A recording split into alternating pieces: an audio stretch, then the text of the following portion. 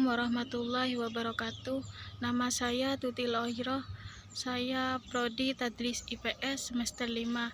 Saya di sini untuk memenuhi tugas mata kuliah Sejarah Indonesia yang diampu oleh Bu Nining Winarsi. Di Indonesia terdapat banyak sekali tempat bersejarah. Salah satunya candi. Saya di sini untuk mendeskripsikan salah satu candi yang ada di Indonesia, yaitu Candi Jabung. Candi Jabung terletak di Desa Jabung, Kecamatan Paiton, Kabupaten Probolinggo. Candi Jabung adalah salah satu candi Hindu peninggalan Kerajaan Majapahit. Candi Hindu ini terletak di Desa Jabung, Kecamatan Paiton, Kabupaten Probolinggo, Jawa Timur. Struktur bangunan candi yang hanya dari bata merah ini mampu bertahan ratusan tahun. Menurut keagamaan, agama Buddha, dalam kitab Nagarakertagama, Candi Jabung disebutkan dengan nama Vajrajineyaparamita-pura. Dalam kitab Nagarakertagama, Candi Jabung dikunjungi oleh Raja Hayam Wuruk pada lawatannya keliling Jawa Timur pada tahun 1359 Masehi. Pada kitab Pararaton disebut Sajabung, yaitu tempat pemakaman Gundal, salah seorang keluarga raja. Arsitektur bangunan candi ini hampir serupa dengan candi Bahal yang ada di Bahal, Sumatera Utara.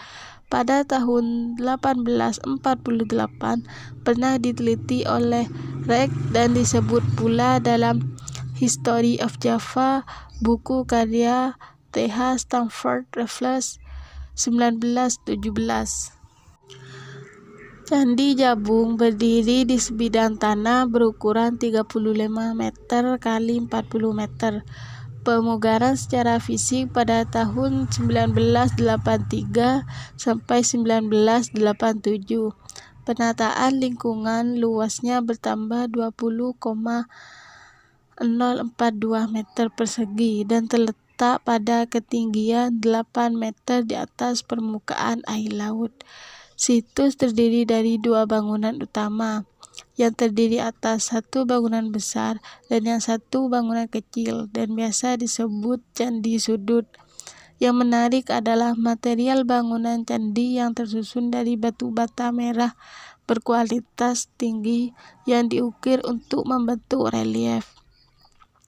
Bangunan terbuat dari batu bata dan ukuran Candi Jabung adalah panjang 13,13 meter, lebar 9,60 meter, dan tinggi 15,58 meter. Candi Jabung menghadap ke arah barat, pada sisi barat menjorok ke depan, merupakan bekas susunan tangga naik memasuki candi. Di sebelah barat daya halaman candi terdapat bangunan candi kecil. Menara sudut diperkirakan penjuru pagar, fungsinya sebagai pelengkap bangunan induk Candi Jabung. Selanjutnya adalah bagian tubuh candi.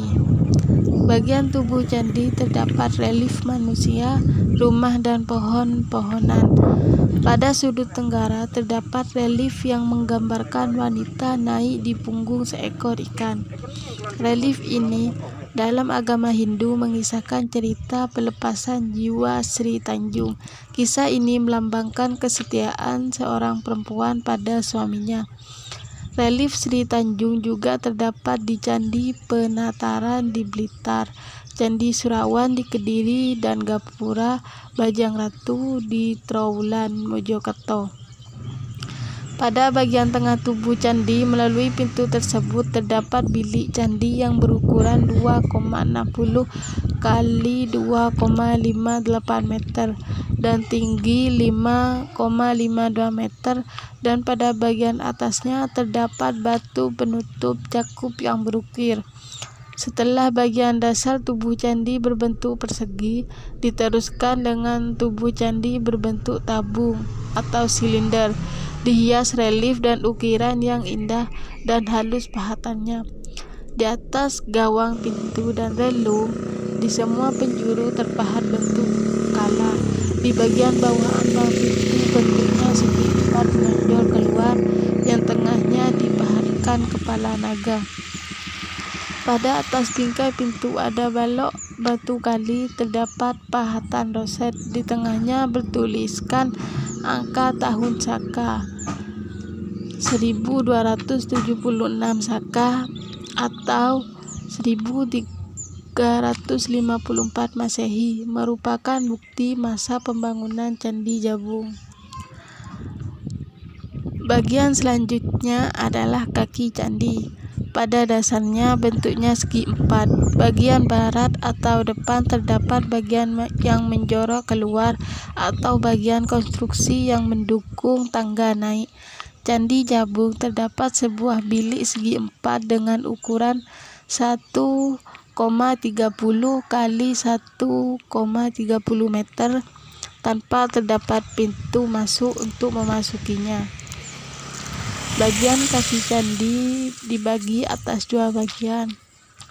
Pertama, kaki candi tingkat pertama dimulai dari list di atas batu yang berbentuk ekif dan hiasan daun padina. Kemudian list datar dengan ketinggian kurang lebih 60 cm.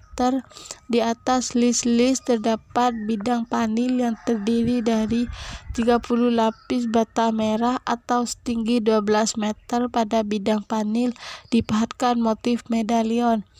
Bidang tegak dari ornamen daun-daun yang kesemuanya sudah tidak begitu jelas karena aus. Pada bagian tegak umumnya dipahatkan lukisan manusia, binatang, dan pohon-pohonan. Yang kedua, kaki candi tingkat kedua. Bentuknya hampir sama dengan bagian kaki candi tingkat pertama.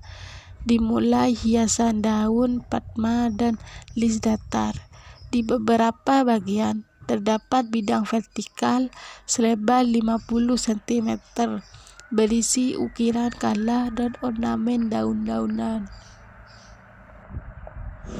Yang terakhir adalah atap candi. Sebagian besar bagian atap candi sudah hilang. Dari sisa-sisanya kemungkinan besar puncaknya berbentuk stupa dan atapnya berhias motif sulur-suluran. Demikianlah deskripsi dari saya. Apabila ada kesalahan, mohon maaf yang sebesar-besarnya. Wassalamualaikum warahmatullahi wabarakatuh.